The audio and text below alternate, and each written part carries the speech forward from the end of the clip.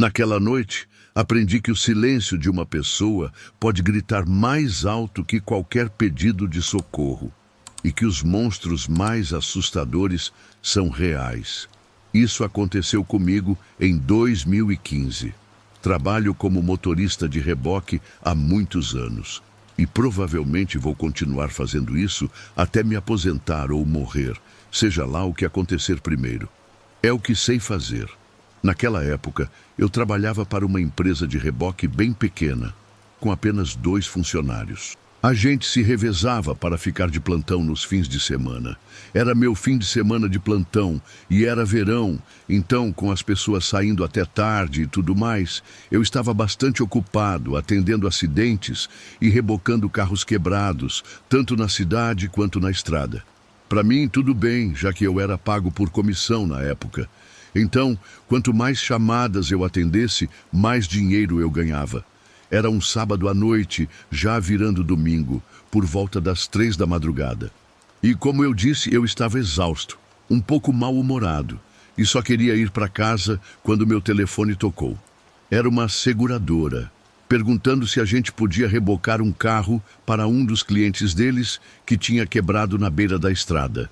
A localização que me deram ficava a uns 24 quilômetros da cidade, numa direção que normalmente eu evitaria. Mas o destino do reboque era uma concessionária que ficava a apenas alguns minutos do meu apartamento. Eu cheguei a pensar em recusar a chamada, mas como eu ganhava por comissão, pensei, quer saber, posso pegar esse carro, deixá-lo perto da minha casa e, com sorte, conseguir ir para casa e dormir por algumas horas.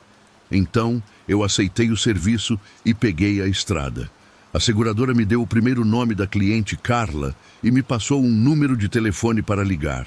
Eu normalmente tento entrar em contato com as pessoas que estão paradas na estrada para avisar que estou a caminho e dar uma estimativa de tempo. Tentei ligar para ela algumas vezes, mas ela não atendeu, o que não era algo incomum. Depois de um tempo, vejo luzes de emergência piscando lá na frente, no acostamento. Então, liguei meus giroflex e comecei a diminuir a velocidade. Conforme fui me aproximando, percebi que não havia apenas o carro de modelo recente que eu procurava, mas também um outro carro parado ali, que não estava com o pisca-alerta ligado e estava estacionado na frente do carro que eu deveria rebocar. Isso pode ser meio irritante, mas não é incomum, já que eu preciso parar na frente do carro quebrado para poder carregá-lo, e às vezes as pessoas não se dão conta disso. Mas como o carro dele estava lá, eu parei atrás dos 2 veículos. A gente faz isso para que, como motorista de guincho, seja você a fazer a manobra esquisita de sair do acostamento e voltar. E assim, o outro carro só precisa seguir reto para sair. De pé, encostados no porta-malas do carro novo que agora estava bem na minha frente, havia um homem e uma mulher. A mulher devia ter uns 20 e poucos anos e estava vestida para sair à noite. Ela tinha cerca de 1,60 m. Usava calças de couro apertadas, um top, tinha cabelos pretos e longos e era muito bonita. O homem, por outro lado, tinha por volta de 1,75 m e era magro, talvez uns 70 quilos, vestindo um moletom escuro e jeans sujos. Eles estavam muito próximos um do outro. Ela de braços cruzados e ele inclinado, falando com ela. Eu saí do meu caminhão e me aproximei. Me apresentei e os 2 se afastaram um pouco. Olhei para a mulher e disse, "Você é a Carla?" Ela balançou a cabeça, confirmando. Eu continuei. Estou aqui pela seguradora e perguntei o que estava acontecendo com o carro. Imediatamente o homem me interrompeu e disse, "Sim, está só com uns problemas de combustível. É um conserto fácil. Você pode simplesmente deixá-lo neste posto aqui que eu conserto para ela." Aquilo me deixou bem irritado, porque o tal posto ficava mais para frente na estrada e eu já estava a 24 quilômetros da cidade. Como eu disse antes, eu só aceitei essa chamada porque, teoricamente, eu estaria voltando para perto do meu apartamento e eu realmente queria ir para casa.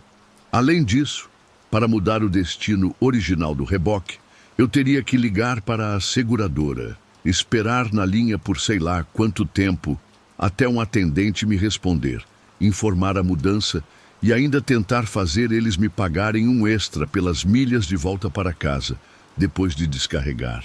Eu realmente não queria fazer nada disso. E em terceiro lugar, aquele era um carro novo. Eu não sou mecânico, mas ele era novo o suficiente para que qualquer problema estivesse provavelmente coberto pela garantia. Então a concessionária era de fato o melhor lugar para levar o carro. Eu expliquei tudo isso para o cara, mas ele não aceitou muito bem. Ele começou a ficar mais sério comigo, dizendo algo como: "Olha, cara, você só precisa levar o carro para onde eu estou te dizendo.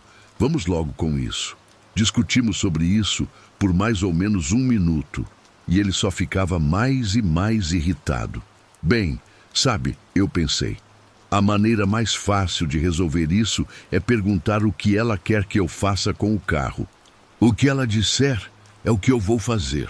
Eu disse isso, cruzando os dedos e torcendo pelo melhor, pois eu queria levar o carro para a concessionária e poder ir para casa mais cedo. Então, me virei para olhar para a Carla e fazer a pergunta, e não a vi de imediato. Ela não estava mais onde estava há 1 minuto, um pouco à minha direita. Continuei procurando sem vê-la, até que eu tive que virar meu corpo quase que completamente. Porque, de alguma forma, ela havia se movido em silêncio e estava parada diretamente atrás de mim. E quando digo diretamente, quero dizer a 1 palmo das minhas costas. Os braços dela ainda estavam cruzados. Eu olhei para ela e nossos olhos se encontraram. Os olhos dela estavam arregalados, abertos como pratos, quase como os de uma coruja. E parecia que ela estava encarando o fundo da minha alma. Ela não disse uma única palavra, e nem precisava. Dei um passo para trás e fiz o que pareceu uma análise calculada da situação. Olhei para ele, depois para ela, depois para ele de novo, e então para ela mais uma vez. E aos poucos comecei a perceber que talvez algo não estivesse certo ali. Perguntei a ela: "Você conhece esse cara?" Ela balançou a cabeça para os lados com firmeza, negando. A expressão no rosto dela quando eu fiz essa pergunta ficará para sempre gravada no meu crânio. Virei-me para o cara e disse: "Você precisa ir embora, cara. Não vou dizer que sou um cara durão, se é que isso existe, e não me importo que as pessoas saibam disso. Não tenho nada a provar. Eu também evito confrontos e geralmente fujo ao primeiro sinal de problema. Não sou exatamente o maior dos caras, mas sou o que gosto de chamar de robusto. Tenho 1,75 m e 100 quilos. Tenho um pouco de barriga, mas também tenho coxas grandes e ombros largos, e as pessoas geralmente se surpreendem ao descobrir o quanto eu peso. Acho que isso pode ter sido a minha salvação para o que aconteceu em seguida." Sem dizer uma palavra, o cara começou a se mover em direção a Carla, e eu me movi para ficar entre eles. Ele tentou me empurrar para o lado, me empurrando no peito, mas porque eu acredito que ele subestimou meu peso, ele só me empurrou com força suficiente para me fazer dar um passo para trás. Imediatamente, dei um passo à frente, em direção a ele, e o empurrei com toda a minha força, o suficiente para derrubá-lo completamente, de costas no chão. Como a gente se moveu durante essa sequência de empurrões, agora Carla estava na minha frente, um pouco à minha direita, entre eu e o cara que tentava se levantar. Eu estendi a mão, peguei a pobre garota pela cintura e a girei em direção ao meu caminhão, gritando para ela entrar pelo lado do motorista. E ela entrou. Virei-me de volta para o cara, que já estava de pé novamente, respirando pesado bem na minha frente. Ele parou bem na minha frente, mas não fez nada, apenas ficou respirando pesado. Eu o encarei bem no rosto e, reunindo a melhor voz de pai que eu consegui, disse: "Você precisa ir embora." Eu estava tremendo e absolutamente aterrorizado. Não fazia ideia se ele tinha uma arma. Não sabia se ele ia tentar brigar comigo e não sabia o que faria se ele o fizesse. Como eu disse, não me considero um cara durão. Não sei lutar, nunca estive em uma briga na minha vida. E se eu me machucasse gravemente? E se eu fosse esfaqueado? Que diabos eu faço agora? Eu só quero ir para casa. Tudo isso passava pela minha cabeça numa velocidade alucinante. Depois de uns 15 segundos, que pareceram uma eternidade, ele deu uma espécie de bufada e sorriu. Um dos sorrisos mais assustadores que eu já vi.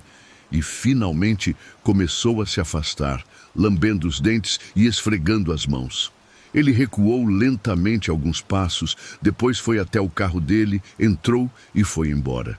Fiquei ali, imóvel, observando-o até não poder mais ver suas luzes traseiras. Carreguei o carro de Carla no guincho e, enquanto íamos para a concessionária, ela me contou, entre lágrimas, que o carro dela tinha simplesmente apagado enquanto ela dirigia. Ela parou no acostamento e ligou para os pais, porque estava no seguro deles. Seus pais fizeram a ligação para a seguradora, que por fim me enviou até o local. Enquanto ela esperava, um pouco depois de fazer a ligação, aquele cara parou na frente dela e se aproximou da janela do passageiro para tentar falar com ela, perguntando se ela precisava de ajuda e coisas do tipo. Ela disse que estava bem, que um guincho estava a caminho e que não precisava de ajuda, mas ele insistiu. Ela tentou mandá-lo embora. Em certo momento ela tentou fechar a janela, mas segundo ela me contou depois, ele conseguiu enfiar o braço pela abertura, destravou a porta e a abriu. Com medo, ela saltou para fora do carro, deixando o telefone lá dentro e correu para a traseira do veículo, onde ficou porque estava na linha de visão do tráfego. Segundo ela, ele foi bastante agressivo, e sempre que ela tentava voltar para o carro, ele a impedia de entrar. Vários minutos depois, eu apareci.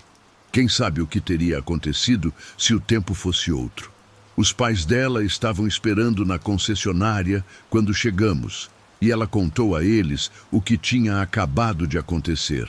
Os pais dela também me deram uma gorjeta, que era todo o dinheiro que tinham com eles no momento, e Carla me deu um abraço muito apertado e claramente sincero antes de eu ir embora. Nunca mais a vi. Deixe-me dizer uma coisa. Todo cara provavelmente já sonhou acordado, em algum momento, em salvar uma garota bonita em apuros. Eu, inclusive. Você pensa que vai agir como um super-herói, que vai ser o máximo. Mas para mim, estar naquela situação, naquele momento, foi um dos sentimentos mais terríveis que já tive na vida. Ser forçado a um confronto que eu não queria e para o qual não estava preparado, sem saber o que esperar de uma pessoa claramente desequilibrada. Eu não me senti o máximo e não me senti como um herói. Eu me senti como uma criança assustada, encontrando um valentão no parquinho pela primeira vez. A verdade é que aquela noite mudou para sempre minha visão sobre heroísmo e medo. Descobri que coragem não é a ausência do medo, mas agir apesar dele. E aprendi que o verdadeiro terror não vem de fantasmas ou monstros imaginários, mas de pessoas reais com intenções sombrias. Desde então, cada vez que vejo luzes de emergência piscando na estrada, uma parte de mim lembra daqueles olhos arregalados de Carla pedindo ajuda em silêncio. E tenho certeza de que, mesmo morrendo de medo, se precisar ficar entre o mal e alguém indefeso novamente, eu vou ficar.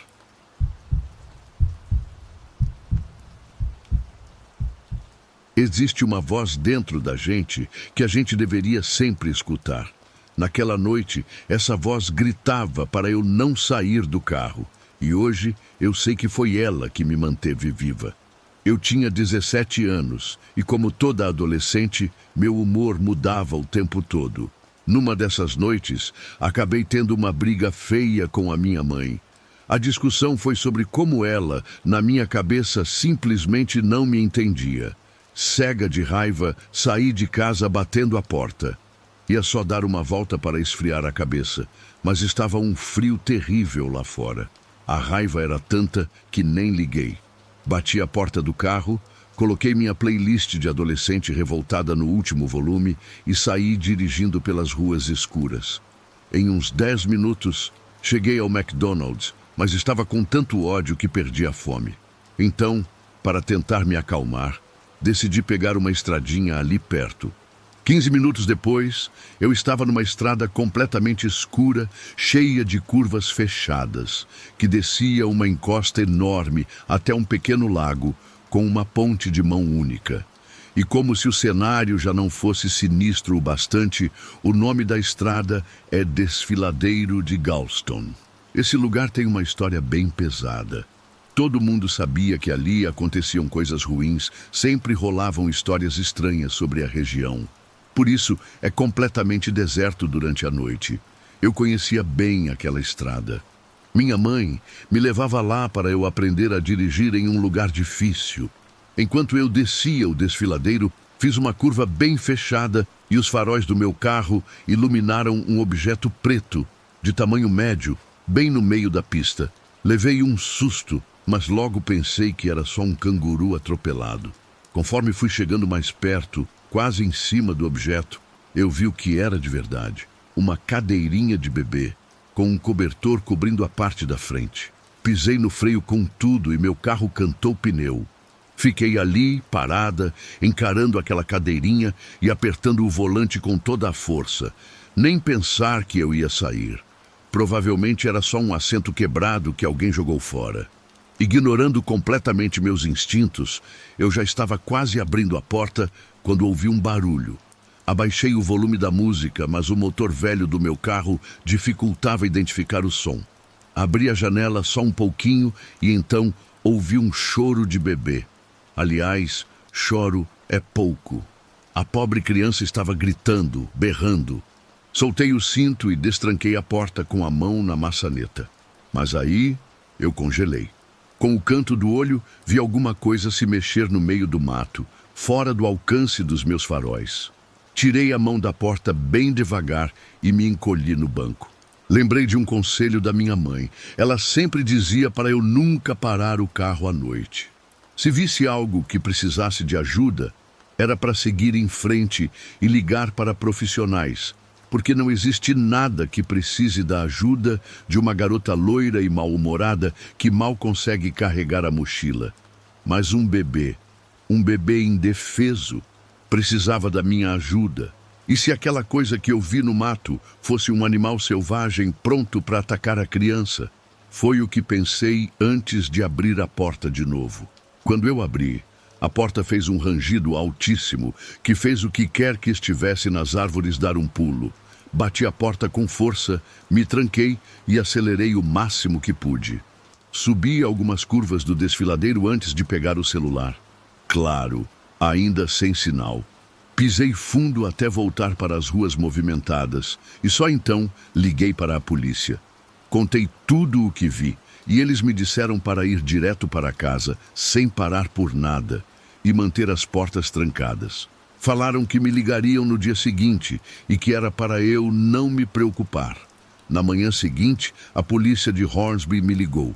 Eles agradeceram pelo meu relato e explicaram o que estava acontecendo.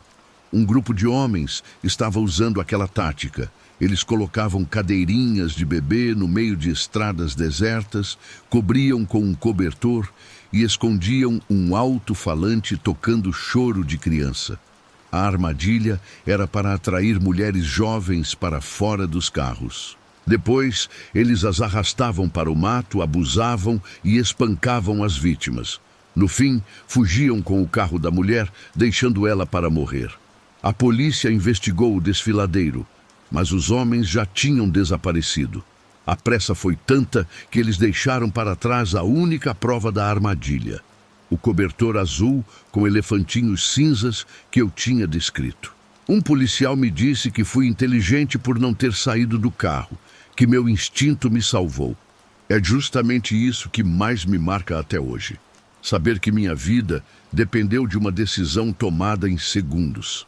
Enquanto aquele choro falso ecoava na escuridão, alguma coisa dentro de mim sussurrou que o perigo era real. E graças a essa voz, eu estou aqui para contar essa história.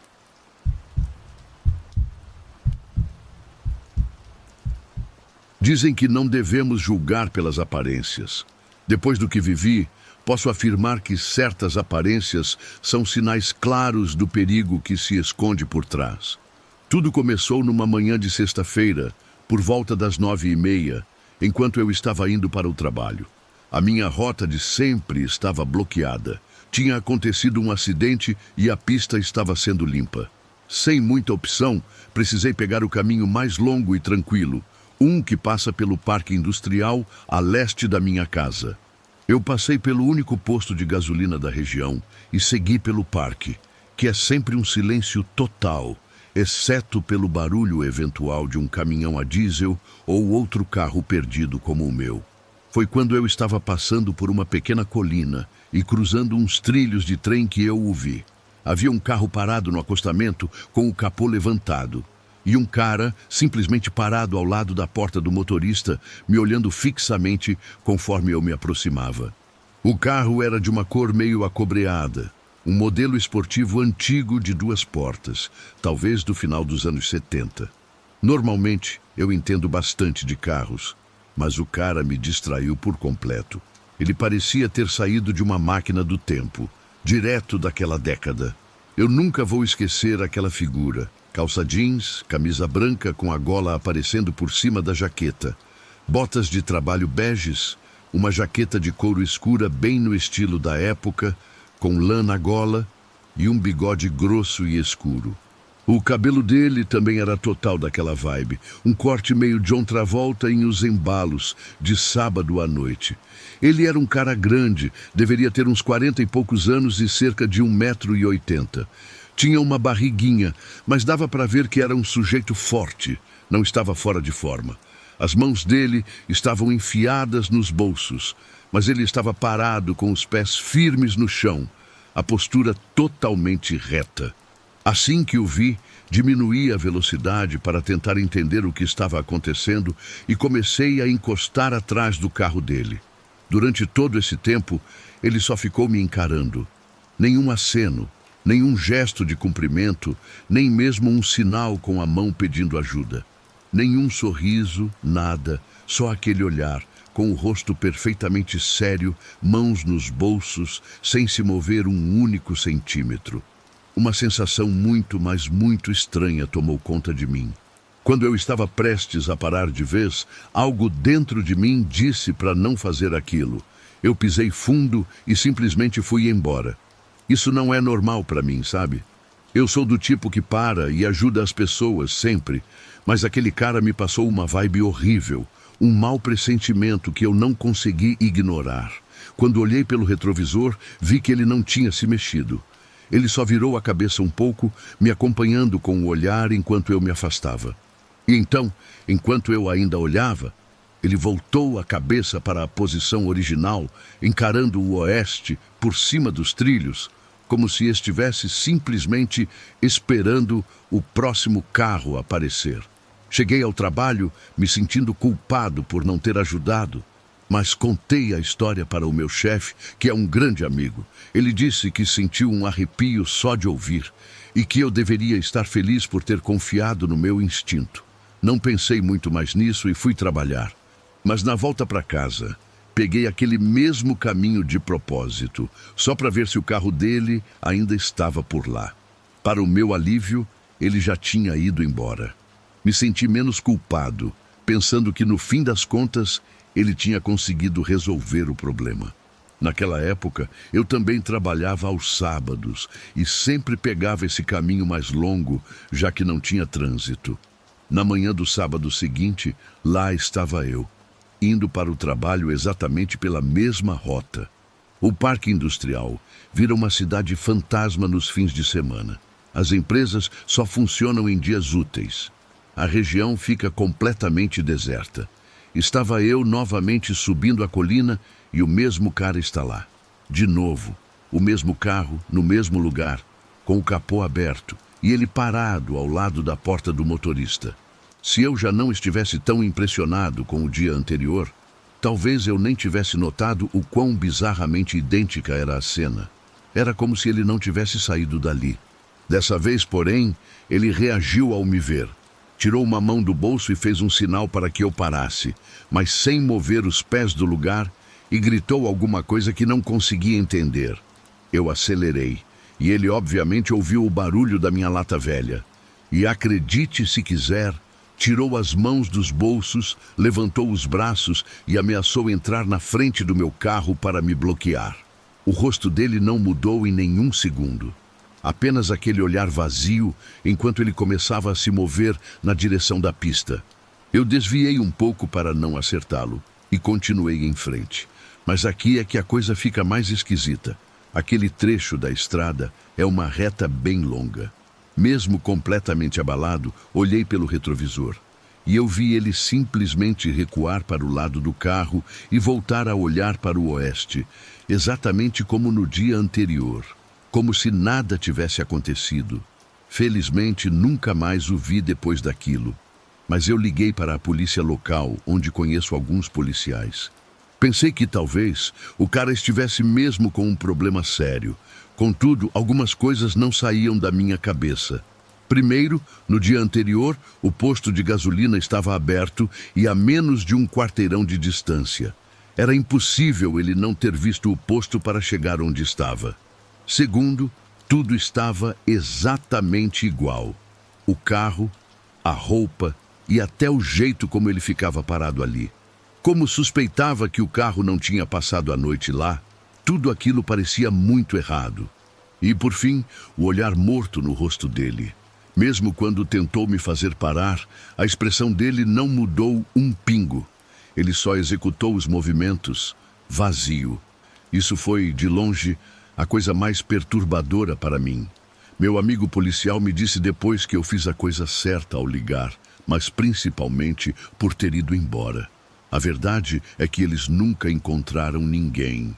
Meu amigo me contou que a viatura passou por lá pouco depois da minha chamada e não havia carro, nem homem, nem qualquer vestígio de que alguém esteve ali.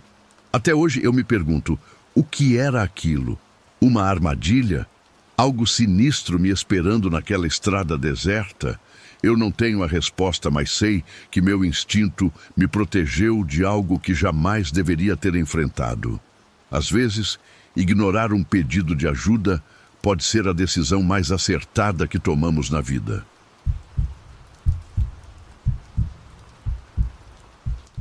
Você já teve a sensação de que sua rotina mais familiar pode se transformar em algo completamente desconhecido?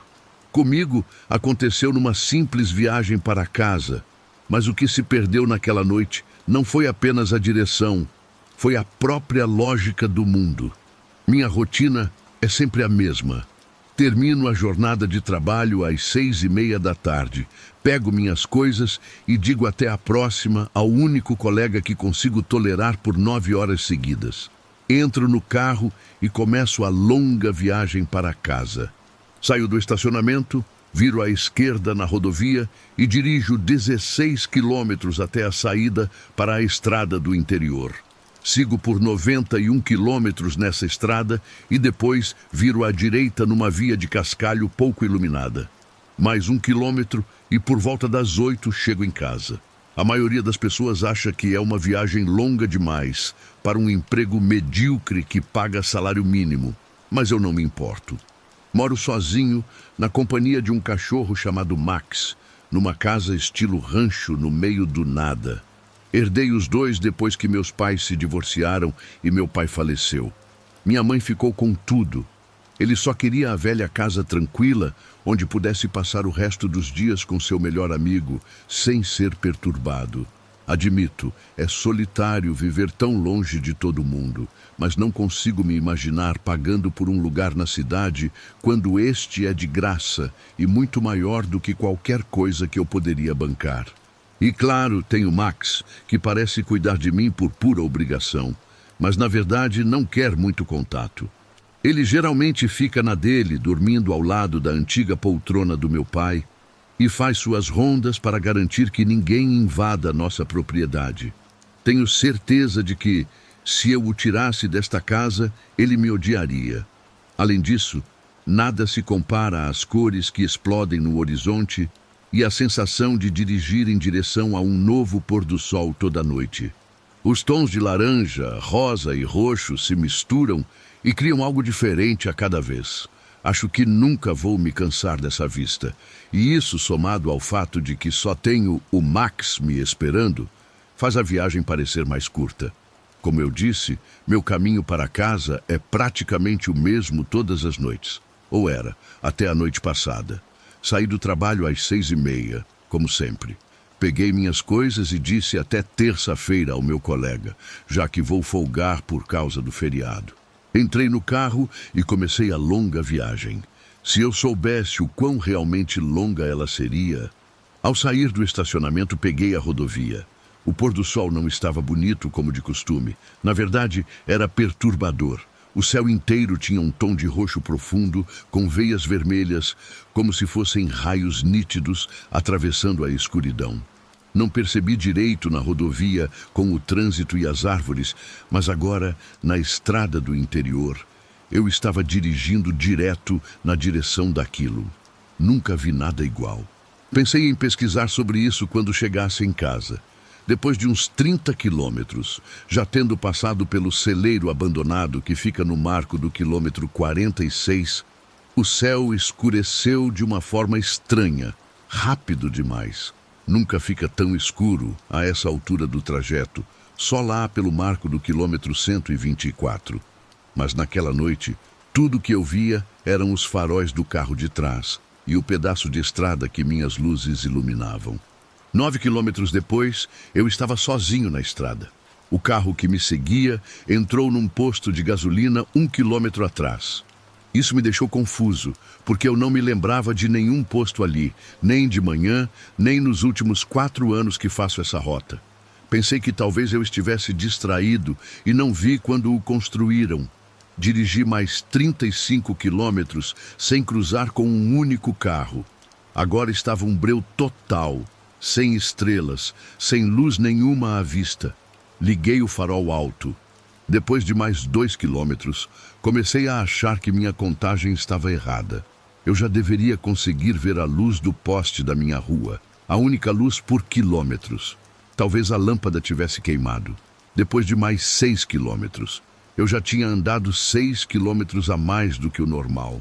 Minha estrada de cascalho deveria ter aparecido 2 quilômetros atrás, mas não vi poste, placa, nem nada desde aquele posto de gasolina. Nenhuma casa com a luz da varanda acesa. Absolutamente nada. Eu não bebo, nunca usei drogas, não tomei nenhum remédio forte. Não tenho problemas de saúde, nunca tive alucinações.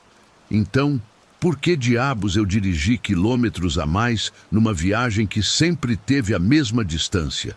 Por que passei por um posto que eu jurava não existir? E por que o céu estava daquele jeito macabro?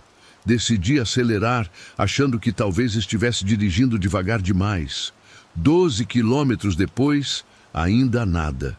A única novidade era que o rádio tinha ficado mudo e o relógio do painel começou a pirar, mostrando um texto estranho ou piscando números aleatórios. Deixei desligado.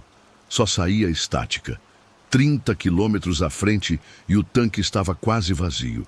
Talvez eu devesse ter parado naquele posto. Ainda nenhum sinal da minha rua. Minhas opções eram parar ou continuar. Se eu voltasse, ficaria sem combustível no meio do caminho. Acelerar foi uma péssima ideia. Eu estava com medo demais para parar. Conheço esses filmes de terror, onde o assassino aparece do nada. Meu celular estava sem serviço, o que era bizarro, porque a operadora instalou uma torre nova na região há menos de 3 meses.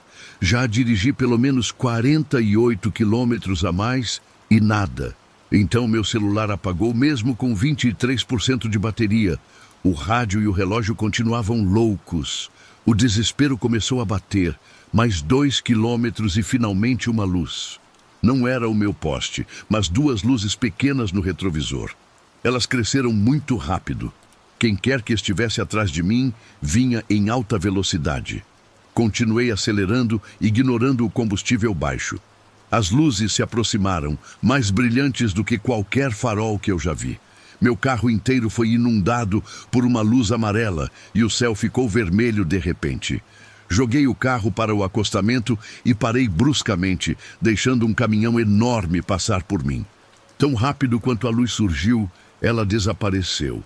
Tudo voltou a ser escuridão, exceto por meus faróis, que agora iluminavam um poste a uns 6 metros de mim. Era a minha entrada. O poste estava amassado exatamente no mesmo lugar onde um amigo meu bateu com a moto anos atrás. Respirei fundo, tentando não ter um colapso nervoso. Virei na minha estradinha, sentindo o cascalho sob os pneus e ouvindo ao longe os latidos de boas-vindas nada empolgados de Max, como sempre. Estacionei e fiquei um tempo dentro do carro, exausto, rígido depois de dirigir por horas naquela estrada maldita. No console, vi que o relógio do painel tinha voltado a marcar 1 hora, mas ainda estava errado. Deveriam ser quase 8, mas marcava quase 10. Peguei o celular e as chaves e entrei em casa, trancando tudo. Max veio me cumprimentar, reclamando que eu não o tinha alimentado. Enchi seu pote de ração e coloquei o celular para carregar. Assim que o conectei, ele ligou com um apito. A tela mostrava 19 horas e 55 minutos. 5 para as 8. O micro-ondas e o laptop na mesa de jantar marcavam a mesma hora. Como eu dirigi o dobro da distância na metade do tempo. Como se tudo o mais já não fosse confuso o suficiente. O sono me evitou naquela noite e em todas as seguintes. Sempre que cerro os olhos, aquele céu tingido de vermelho volta a me perseguir junto com a imagem da estrada infinita que deveria ter fim. Tecnicamente amanheceu, mas para mim aquelas horas sombrias nunca realmente terminaram. Hoje, o que me atormenta não é tentar entender o que vivenciei, mas sim uma dúvida muito mais perturbadora. Tenho certeza absoluta de que voltei para a realidade.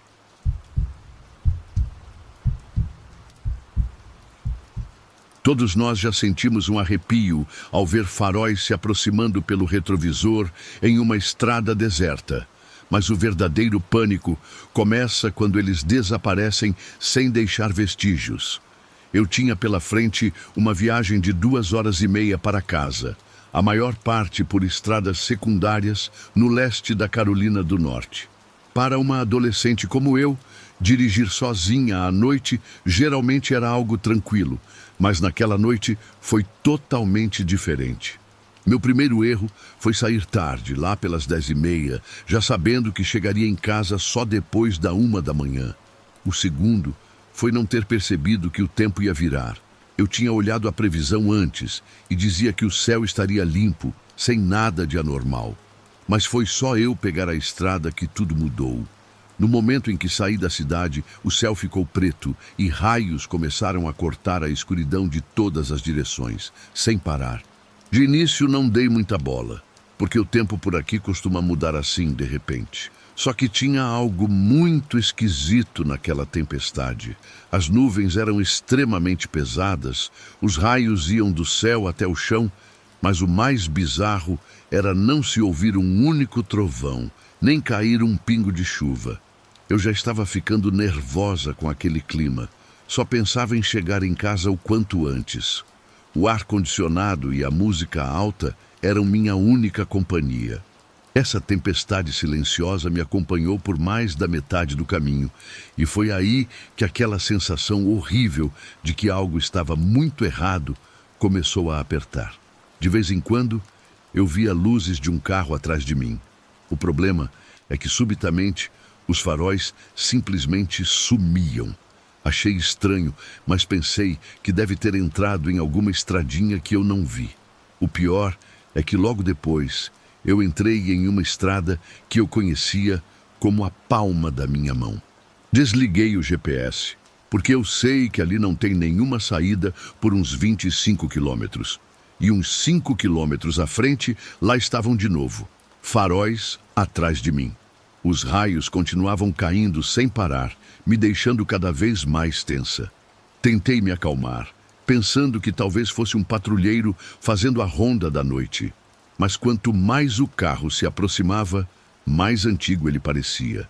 A luz dos faróis era diferente de tudo que eu já tinha visto. Era estranha. Meus olhos não paravam de se mover entre os espelhos e a estrada. Foi aí que a ficha caiu de que a coisa era séria. Olhei para trás mais uma vez e quando voltei a olhar, o carro tinha sumido de novo, totalmente. Confusa, olhei para a frente e congelei.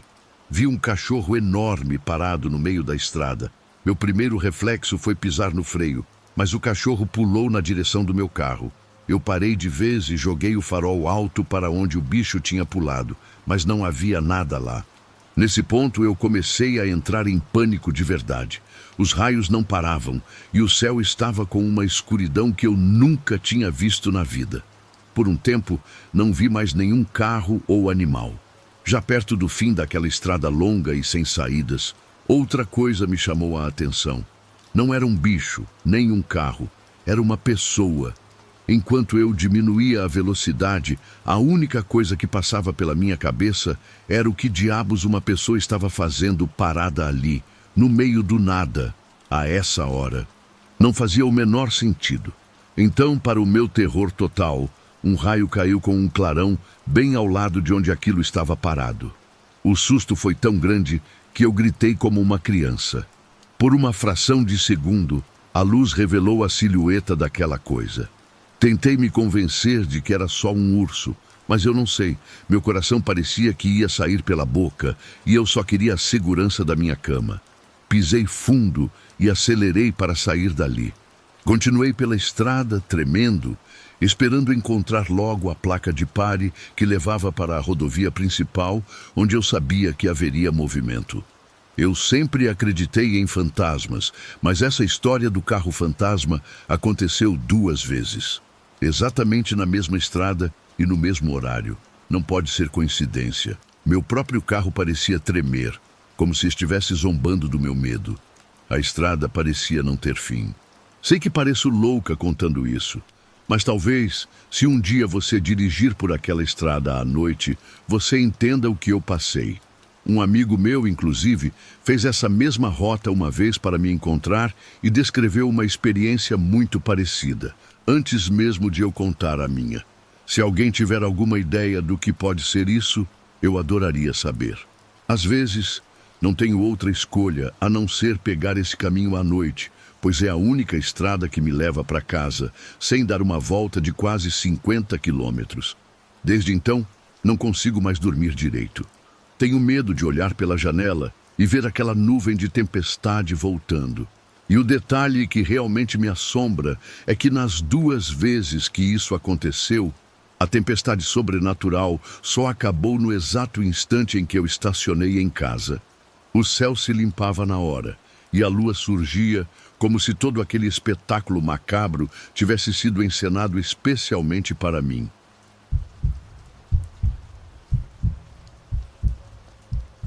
Há pessoas que parecem viver em uma realidade paralela, com regras que só elas conhecem. O problema surge quando essa realidade decide invadir a sua vida de forma ameaçadora. Isso aconteceu comigo há poucos dias. Normalmente não uso ônibus para voltar do trabalho para casa, mas meu carro quebrou e não tive alternativa. Deviam ser umas 6 da tarde. Eu estava sentado na estação, lendo meu livro e cuidando da minha vida, quando um homem veio e sentou do meu lado. Ele já tinha uma certa idade e exalava um cheiro forte de suor que chegava a embrulhar o estômago. Depois de alguns segundos, comecei a me sentir realmente enjoado. Ele começou a esfregar as mãos uma na outra e a murmurar baixinho para si mesmo. Sim, sim, sim. Naquele momento me levantei, com a desculpa de que ia ver os horários, e dei a volta na estação para sentar em uma área mais movimentada. Sentei em um banco de frente para o local de embarque e me ajeitei com meu livro novamente. Mas cerca de 5 minutos depois, vi alguém se aproximando pelo canto do olho. Me ajeitei no banco e, para minha surpresa, era o mesmo homem. De novo.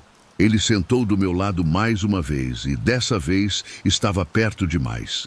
Ficava se contorcendo e continuava murmurando a mesma coisa, só que agora os murmúrios estavam ficando mais altos.